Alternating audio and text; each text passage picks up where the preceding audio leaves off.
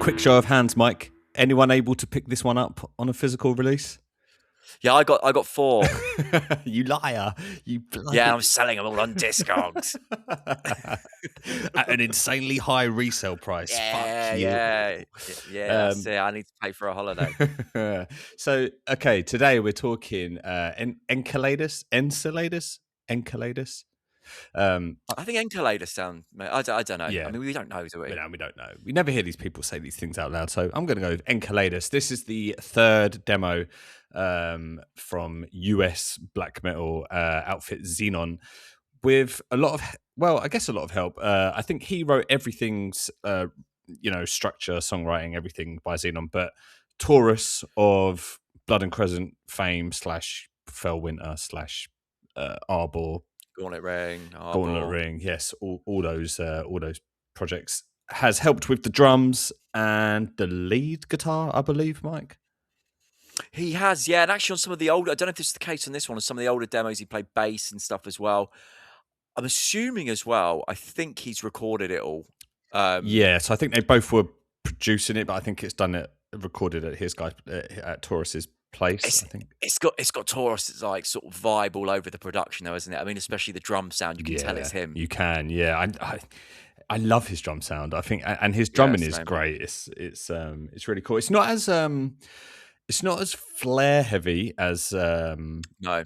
some Taurus projects. But anyway, we'll stop talking about Taurus because I guess this is predominantly a Xenon project. So this is the third demo, first one coming out in 2024. Then no, was it 24? Yeah, And then 24 and then one 25. Yeah, so it's and like then one a this one year. 26. So one a year. This, I think, when you listen to previous ones, so like the first one felt a lot more sonically raw, and there was kind of Mm. more keys going on, and the vocals kind of, if you're familiar with this project, you'll know the vocals are a lot lower than your traditional black metal shriek or scream or whatever you want to call it. These kind of feel a bit more, dare I say, death metal, a bit more cavernous.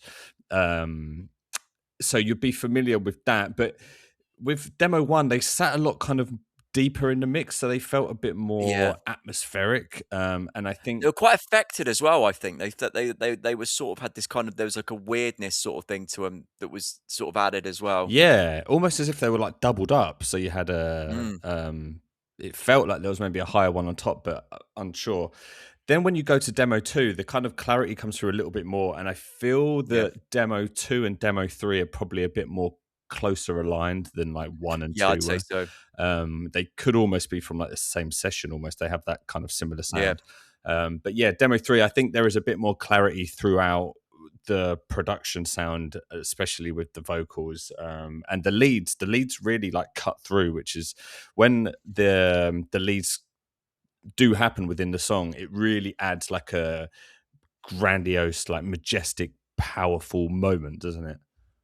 Yeah, I think the leads actually really elevate this the sound of this band. It's quite interesting that you've got someone like Taurus helping just with, I know he's drumming as well, but in the sense of guitar and with just that aspect of it, because it does kind of have that vibe of someone that's sort of, at least guitar wise, solely focused on those parts, Yeah, if you know what I mean. yeah. I wonder And if, maybe having someone else coming in to do it adds that different vibe, because it's someone, it like, Xenon kind of wrote the riffs, I'm guessing, and then he's adding the lead lines, kind of adds this extra influence of a different person. I think it really is a great way of elevating the sound on yeah, this. I was going to say, do you think Taurus wrote the lead lines for this then? I reckon he did, yeah. Yeah, I don't know, but I would guess if so. hazard a It feels guess. like the sort of thing that you would try, Yeah. like you try out in the studio. So like the lead lines in this aren't anything flashy either. They're all quite straight. They're all quite Mm. simple, but like very effective. Except for the final track, there's like Oh my, yeah, there is that's crazy. there is a solo that kind of goes off, doesn't it? A little bit. That it was kind of unexpected, to be honest. It doesn't sound like the rest of the lead lines on it, and also for a solo, it's kind of it's very messy, and it's kind of like discordant and stuff as well in that sense, Yeah, because there's no, it's not like a sort of slick, polished solo. It's there just to have this sort of kind of unhinged, kind of crazy guitar line, and it works really well. But as you said, it is different. It's different to all the other guitar work he does on it. Sound slightly blagged. Yeah. Yeah, you know when it's Well, I mean, it has to be black to a to point. an I can't extent, imagine yeah. you would, like, kind of write that, Yeah, I you think you know know? when it sort of just goes off on one at the end. I was like, he's just fine about it, having a laugh. There was a nice little kind of, hammer-on-y type bit at one point where it sort of harmonically kind of then went in with the vocal, if you know Yeah, sorry, with the riff, yeah, and it was quite nice to have, like, a bit go sort of a bit more straight yeah. towards the end. So I guess we haven't really kind of jumped in. So this is 4 tracks. It's kind of like no nonsense, is it? There's no filler. There's no synth No, moments. There's no. It's just 4 tracks kinda love of that, though. yeah, me too. Of like unrelenting, like I guess majestic is one thing that I've seen written down a lot for this, but it does feel that way. It's very grandiose. It's very like powerful. It's just like raw, not even that raw, but like powerful black metal. Yeah. Very the pace is great, especially within the first 2 songs. It's very high energy, but I really Mm, enjoyed the track 3 when there was like the whole song was like a change in pace. It was all quite slower, yeah. mid tempo, wasn't it? And I think that really, I wasn't necessarily thinking about having a pace change or slowing it down. I could have had 4 tracks of just that unrelenting sound, but Yeah. it was almost like when that happened, I was like, "Oh, this is actually a really nice respite in a way, wasn't it?" Yeah, yeah, yeah. Yeah, do you know what it reminded me of? And I know it's a bit of a bit of a, thing to bring up. It reminded me of Burzum a little bit, the, 3rd track Yeah, with the pace. yeah, yeah. It Um, had that kind of feel, didn't it? yeah. But I thought it was great. What I really liked about this is I thought the riffs in it were really good. I loved the chord progressions that they did. Yeah, The ones that Xenon wrote, it wasn't complex by any means, but the actual kind of the chord progressions they used, or even if it was like single note, there's quite a lot of like, you know, half step down yeah, kind of aspects to it. But I thought it worked so well. And obviously the production as well, I thought really lent a lot to this as well. yeah. Production was great. Yeah, I think the riffs were really, really strong in this. Like Mm. they're catchy Yeah. without like being overly, what's the word I'm looking for? Not that kind of triumphant sound, but just you know what I mean, without being, Mm. I don't want to say poppy, but it's got that. There was just Yeah, something I know about what you it. mean. Um, Well, I thought they were very atmospheric, as you'd yes, expect, but there was something more about them. They just weren't making kind of atmosphere for the sake of it. There was something that you could grab onto that you were listening to in the riffs as well. And I was hesitant to put the word catchy, but there was something about it that was memorable. yeah.